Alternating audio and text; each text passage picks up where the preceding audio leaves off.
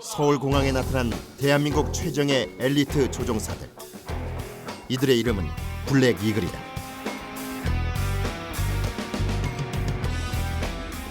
미 공군 썬더버드에 결코 뒤지지 않는 비행수를 가진 대한민국 공군의 특수비행팀. 블랙 이글은 일반 전투기 조종사들과는 다른 몸짓으로 하늘을 장악해야 한다.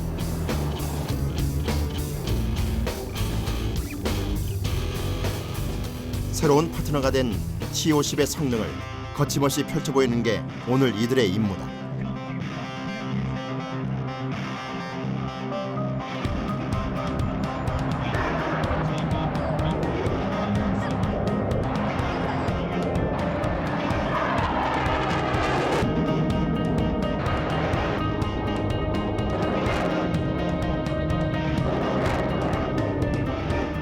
시속 800km의 초고속으로 급선회, 급상승하는 사이 극한에 치닫는 건 비행기의 성능뿐만이 아니다. 조종사의 신체는 이미 몇 번이나 한계점을 넘나들었다.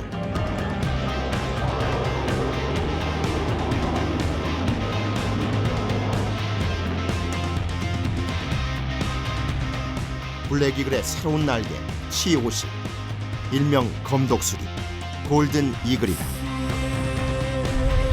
단 한 번의 비행을 위해 필수적으로 거치는 3시간의 정비와 브리핑을 마쳐야 조종사들은 비행기에 오를 수 있다. 이들은 2007년 에어쇼를 끝으로 해체됐던 특수비행팀 블랙 이글. 화려한 쇼를 보여주기에는 역부족이었던 낡은 비행기 때문에 에어쇼를 포기할 수밖에 없었다. 하지만 블랙 이글은 새로운 기종과 함께 2년 만에 하늘로 돌아왔다. 블랙 이글을 부활시킨 비행기 T-50. 32만 개의 부품, 15km에 달하는 전선. 그것만으로 T-50을 설명할 수는 없다. T-50은 1,300명의 엔지니어가 끈질기게 매달려 완성해낸 기적 같은 작품이다. 길이 13.13m, 높이 4.9m, 폭 9.16m, 중량 6,441kg, 최대 엔진 추력 8,030kg, 최대 속도 마하 1.5의 초음속 항공기다. 많은 엔지니어들이 초인적인 힘을 발휘할 수밖에 없었고, 특히 한국에서는 이런 초음속기를 개발한 경험이 없었기 때문에 특히 심했다라고 판단이 됩니다.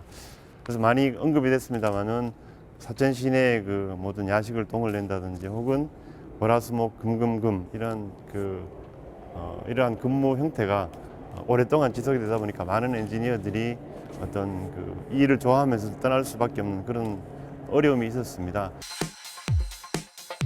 T-50은 F-16과 같은 초음속 전투기 조종사를 길러내는 고등 훈련기. 훈련기이기 때문에 2개의 좌석을 갖추고 있는데 이 점도 T-50의 큰 장점 중 하나다. 조종석은 컴퓨터로 제어된다. 만약 조종사가 잘못된 조작을 하더라도 컴퓨터가 스스로 원인을 제거한다. 또한 전투기로의 전환이 용이한 경제적인 비행기다. 약 5톤의 무장이 가능하기 때문에 미사일과 유도폭탄을 장착하면 훈련기에서 전투기로 전환시킬 수 있다. T-50이 공개되자 해외에선 놀라움과 호평이 이어졌다. T-50의 엔진은 14,000개의 부품이 결합돼 완성된다. 이 엔진은 외부의 공기를 빨아들여 힘을 만들어내는 기본적인 제트 엔진 방식. 하지만 엔진 입구에 팬을 장착해 연료 효율을 더 높인 터보팬 제트 엔진이다.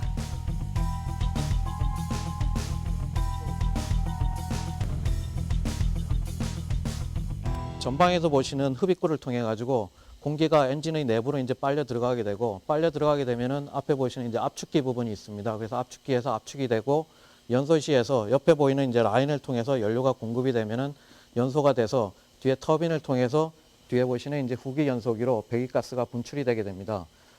저기 보시는 이제 후기가스에서는 추가적으로 연료가 더 분사가 돼 가지고 뒤에서 시운전 과정 중에 보시는 이제 불꽃을 갖다가 만들게 되고, 이때 만들어진 불꽃이 항공기에서는 이제 초음속을 만드는 최대 추력을 갖다가 만들어내게 됩니다. 초음속을 만들어내는 핵심은 바로 이 화염이다. 연료를 연소시켜 얻은 고온 고압의 가스가 화염으로 내뿜어진다. 그리고 화염이 내뿜어질 때 비행기는 그 반작용으로 앞으로 나가는 힘, 즉 추력을 얻는다. T-50은 미 공군의 고등 훈련기 T-38보다 2.3배 강한 추력을 가지고 있다. 출고 전에 거치는 최종 엔진 테스트. T-50의 모든 시스템은 엔진이 켜져야 작동한다.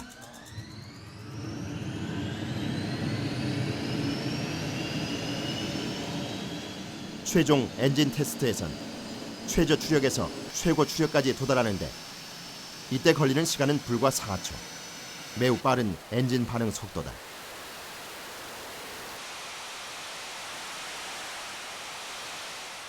T-50은 2003년 2월 마하 1.2의 속도로 날아 첫 초음속 비행에 성공했다. 비행기 제작엔 늘 신소재가 쓰였다. 지금 이 T-50의 외형은 최첨단 소재로 만들었지만 과학이 발견한 최초의 신소재는 강철이었다. 어떤 금속보다 강했지만 비행기를 만들기엔 치명적인 단점이 있었다. 너무 무거웠던 것이다. 가벼운 금속, 알루미늄이 대안으로 등장했지만 머지않아 최첨단 소재의 자리를 내어준다. 금속만큼 강하지만 훨씬 가벼운 이 탄소 복합 소재다. T-50과 같은 그 고성능 항공기 같은 경우에는 음속 돌파 시 많은 연료를 사용하게 되어 있습니다. 그런데 항공기 자체가 상대적으로 작기 때문에 제한된 연료를 쓰게 되어 있고요. 제한된 연료를 활용해서 성능을 높이기 위해서는 연료 대비 그 효율이 높아야 됩니다. 따라서 연료를 기체가 가벼워지면 연료를 효율적으로 쓸 수 있게 되고 따라서 최고 속도라든지 운항 거리가 늘어나게 됩니다. 하지만 비행기 전체에 탄소 복합 소재를 쓰기엔 무리가 있다. 고가의 비용도 문제지만 기체의 무게 중심 때문이다. T-50은 적절한 해결책을 찾았다. 가장 많이 움직여 연료 소모가 많은 부분이었다. 일반적으로 항공기는 무게 중심이라고 하는 점이 있는데요. 그 설계를 하다 보면 특히 후방동체가 무거워지게 되어 있습니다. 그런데 알루미늄 소재를 쓰게 되면 후방동체가 더 무거워지게 되는데 T-50 같은 경우에는 후방동체에 특히 그 수평꼬리 날개와 수직꼬리 날개에 복합재를 적용하게 됨으로써 상대적으로 중량 절감 효과를 달성했고 또한 효율은 극대화할 수 있었습니다. 탄소 복합 소재는 혁신적인 재료다. 가볍고 단단하며 열에도 강하다. 비밀은 결합에 있다. 여러 겹을 붙일수록 단단함의 정도는 금속을 능가하게 된다.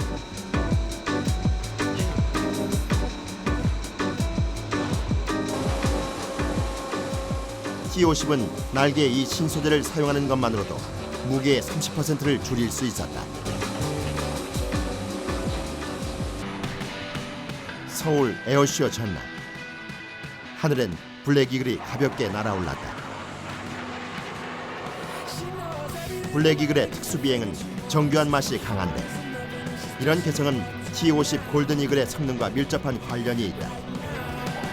고속 비행과 함께 저속 비행 역시 자유로운 T-50 덕분에 섬세하고 다양한 연출이 가능해졌다. 수직으로 상승한 비행기가 각각 다른 방향으로 강화한다. 1, 2초라도 판단이 늦으면 지상과의 충돌로 이어질 수 있어 조종사의 판단력이 중요한 기동이다.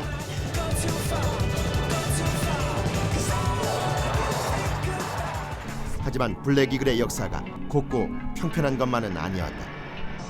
1953년 10월 1일 전쟁이 그친 하늘에 나타난 넉 대의 비행기. 한국 공군 최초의 특수 비행. 하지만 다른 나라에서 만든 비행기를 타고 하늘을 가르는 그들에겐 이름조차 없었다. 1962년 처음 갖게 된 팀 이름 블루세이버. 블루세이버는 영화 빨간 마우라에서 배우들을 대신해 화려한 고개 비행을 선보인다. 그리고 1967년 한강 백사장 하늘 위로 솟은 오색 연기와 함께 다시 태어나는 블루세이버. 새로운 이름은 블랙 이글이었다. 블랙 이글의 새로운 기종 F-5A. 그러나 에어쇼를 계속 펼치기엔 너무나 낡았던 비행기였고 결국 1978년부터 1993년까지 10년이 넘게 활동은 중단된다. 1994년 그들이 또다시 갖게 된 새 비행기는 30년 전 미국에서 만들어진 A-37. 이 오래된 비행기에 드래곤 플라이라는 멋진 이름이 붙여진다. 하지만 2006년 어린이날 A-37과 함께 블랙 이글이 맞이한 비극. 추락 순간에도 조종관을 놓지 않았던 조종사였다. 2007년 에어쇼를 끝으로 맞게 되는 또 한 번의 해체.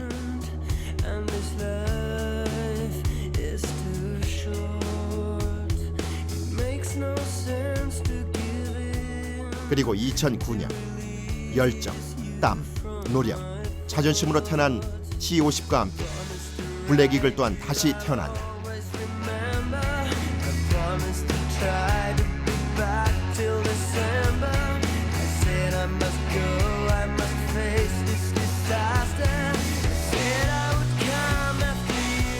블랙 이글에게 골든 이글은 너무도 기다렸던 환상의 파트너다.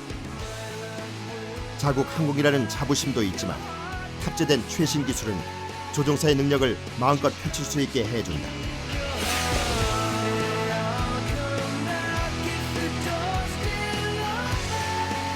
하늘의 조종사에겐 좌우 개념뿐만 아니라 위아래의 개념이 추가된다. 하지만 조종사는 종종 위아래를 혼동하는 비행 착각을 경험한다. 특히 바다 위를 비행할 때는 어떤 감각도 믿을 수 없다. 조종사는 자신의 감각이 아니라 계기판만을 믿어야 하는데 T-50의 조종사들은 계기판을 보기 위해 고개를 숙일 필요가 없다. 조종사의 시선 앞에 계기판의 모든 정보가 그대로 표시되기 때문이다. 헤드업 디스플레이 시스템이다.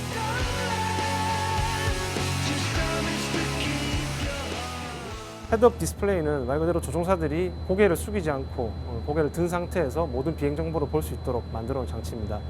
전면에 보이는 슬라이드된 그 유리면에 모든 비행 정보가 나타나게 되어 있는데 조종하는 데 필요한 주요 핵심 그 정보들은 대부분 다 나타나게 되어 있습니다. 그래서 굳이 전면 아래쪽에 있는 각종 계기류를 보지 않고도 비행에 필요한 참고가 되는 모든 정보들을 확인할 수 있겠죠. 대표적으로 현재 속도라든지 고도, 그다음에 비행하는 자세 이런 것들을 다 확인을 할 수가 있습니다. 그리고 나중에 실제 이제 적과 조우했을 때 전투 기동까지도 모두 다 헤드업 디스플레이만으로도 충분히 그 비행을 수행할 수 있게 됩니다. 블랙 이글 대원들이 2년 만에 에어쇼 컴백에 나섰다.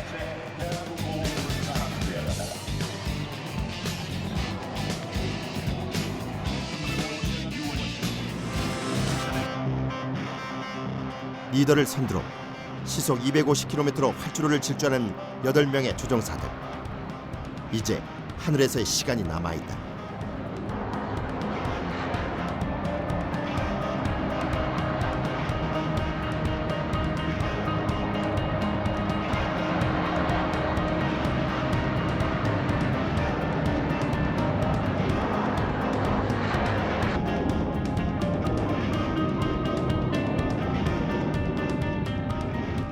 블랙 이글은 총 8기로 구성된다.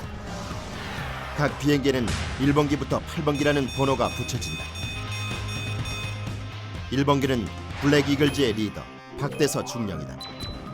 제일 앞에 서서 편대 전체의 기동을 지휘한다. 1번기의 좌측과 우측엔 문보원 대위와 서영준 대위가 배치된다. 리더 1번기의 후미에 배치되는 4번기 조종사는 양은승 소령, 5번과 6번기가 맡은 역할은 싱크로. 편대에서 분리된 후에는 두 대가 마치 한 대인 것처럼 쇼를 펼친다. 7번기와 8번기는 솔로. 편대에서 분리된 후 스릴과 박력을 보이는 기동을 선보인다. 그리고 팀을 지휘하는 커맨더 이철이 중령. 8명의 조종사는 어떤 상황에서도 자신의 위치를 이탈하지 않는다. 동료를 위해서다. 8대의 비행기가 맨 처음 만들어내는 것은 거대한 독수리. 그리고 초속 200m의 속도를 유지하며 한치의 오차도 없이 움직인다.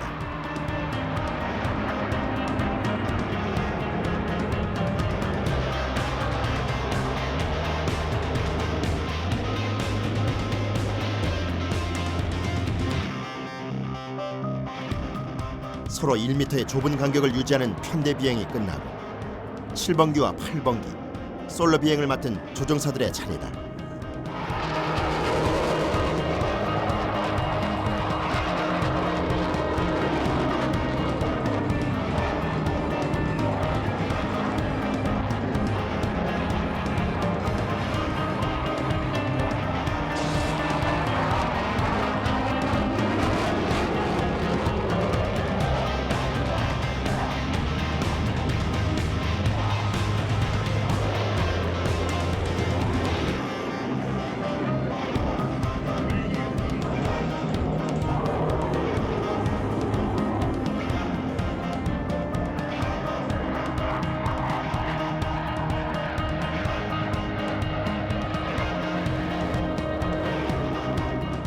이번엔 360도 회전. 단 0.01초라도 빗나가면 충돌 상황으로 이어진다.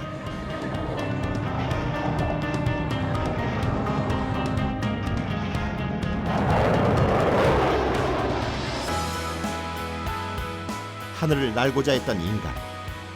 과학기술은 인간의 꿈을 실현시켰고 비행기는 끊임없이 진화해왔다. 하지만 진화하지 못한 인간. 그럼에도 불구하고 한계를 극복하고자 하는 열망과 서로에 대한 신뢰가 인간의 비행 능력을 점점 진화시키고 있다.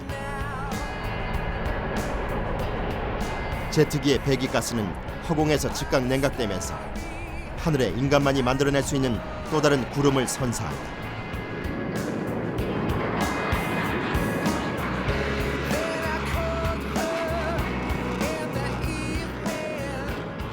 블랙이글 조종사들이 한계 상황을 견디는 것은 파트너인 골든이글을 위해서이기도 하다.